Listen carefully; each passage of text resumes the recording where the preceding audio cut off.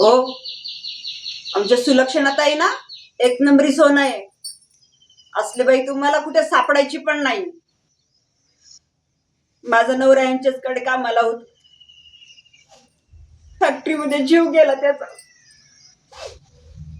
मला वाटलं संपलं माझं पण आयुष्य. मी पण निघाले होते हो यांच्या बरोबर, पण आमच्या सुलक्षणाताई त्यांनी थांबवलं मला. आपल्या घरामध्ये नोकरी दिली.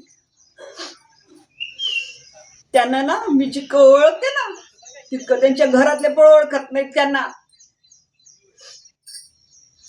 त्यांनी त्यांच्या घरासाठी कुटुंबासाठी जितकं काही केलंय ना ते फक्त मला माहिती, कारण त्यांनी माझ्यासाठी पण तेवढंच केलं.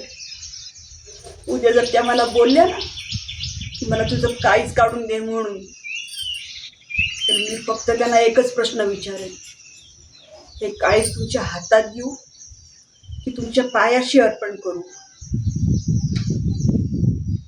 त्यांच्यासाठी ना मी माझा जीव द्यायला पण तयार आहे